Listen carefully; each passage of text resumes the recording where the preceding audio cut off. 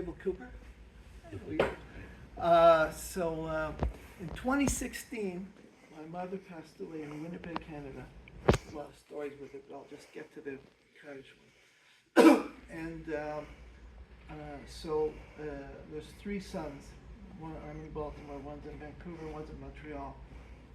We're never together. We visit each other, but it's rare that we're all three of us together. So it just so happened that Sunday in March, in 2016, my oldest brother says, "You know what? Mom is going to a nursing home, and we got to go clean out her apartment. We all got to do it. There's a lot of stuff there.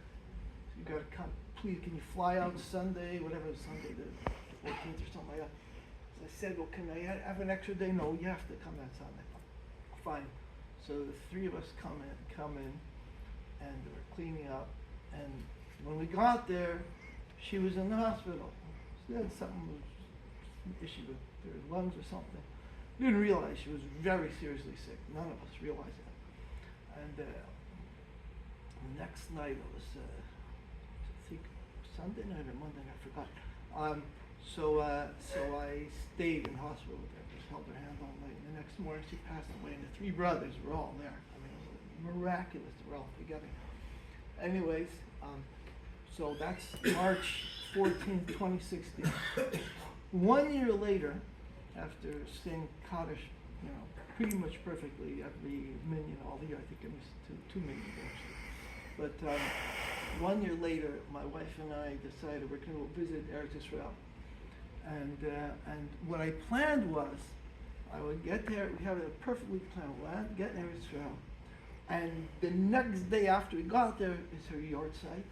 And I'll go to the hotel, like I'll really do it in style, like a fantastic minyan and wherever I can, whatever to work out. So we're getting ready to go to Israel. And we go to the airport in Dulles.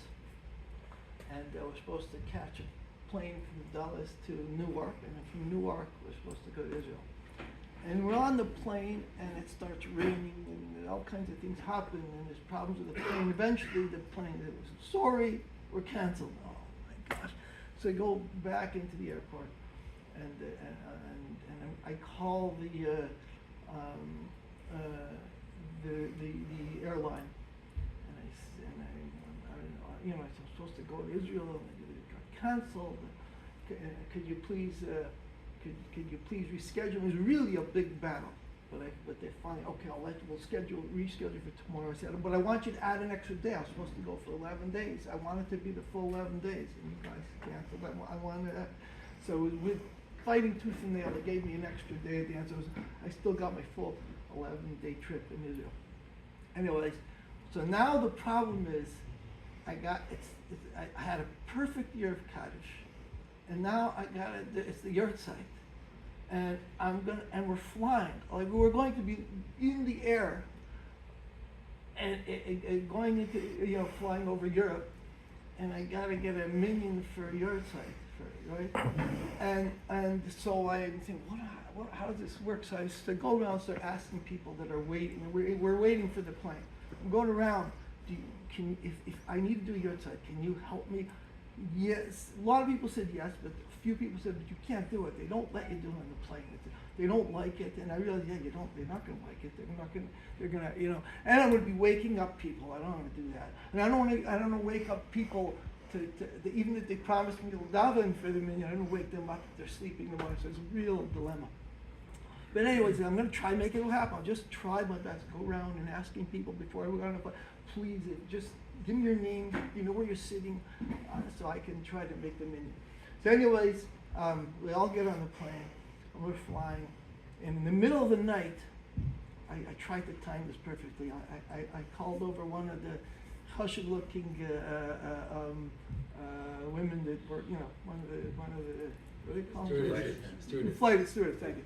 And the glorified waitresses. So I called her over. I said, "Listen, I need to have a prayer service in the morning. I have to do it somewhere. I'm not going to wake everyone up. There's a perfect area in the back, front or back of the plane, I forget what it was, but it was like an area where they make the food, but it's away from everyone, so I knew that if I could make a minyan there, it won't wake people up. So she didn't really want to do it, and I said, please, how long do you need? I said, can I get an hour? No. And then half an hour, and finally I stretched it out to 40 minutes. Okay, she gave me 40 minutes to do it. So, okay.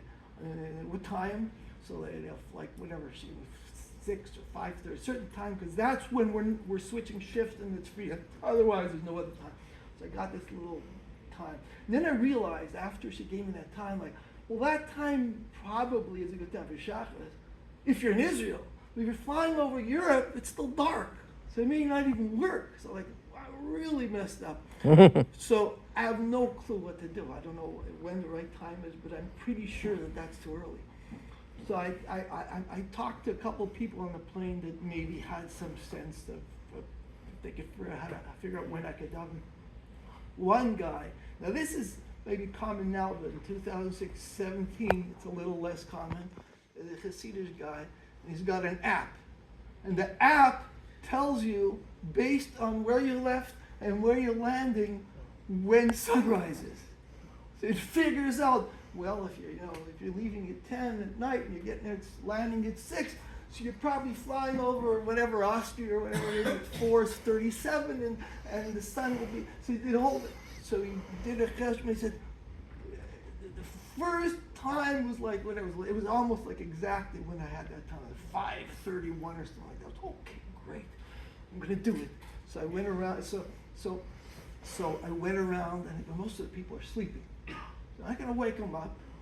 So I just can do this anyways. I asked a few people, remember about the minyan? Okay, it starts at 5:30. Fine, okay.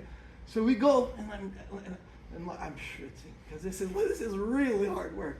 And I'm probably in the back of the plane at the place, and I got like 4 or 5 guys, and then like that.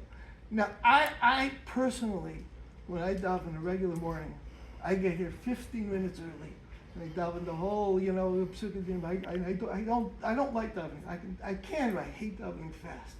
But like I got 40 minutes on a Monday, 40 minutes with Tachanun. Like there's no way, but I'm gonna have to do it. I daven the Evelyn Wood speed davening school. I just didn't no way about it.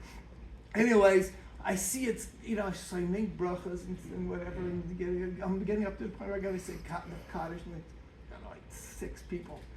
These guys, just wait. I'm running out of time. I'm eating into my 40 minutes, and they're running up the plane. I'm looking, seeing, he's sleeping. There's a guy who's just awake. Can you join him in? No, I don't want to. Thanks. So then finally I found like 3 or 4 guys. I said, please, I gotta make, it's my mother's or I gotta make it, please. Okay. So finally, 10 guys come in. I got like maybe 32 minutes left. And I'm davening 90 miles an hour. When I did have the Kaddish, the whole thing, at the end of davening, I was like schwitzed.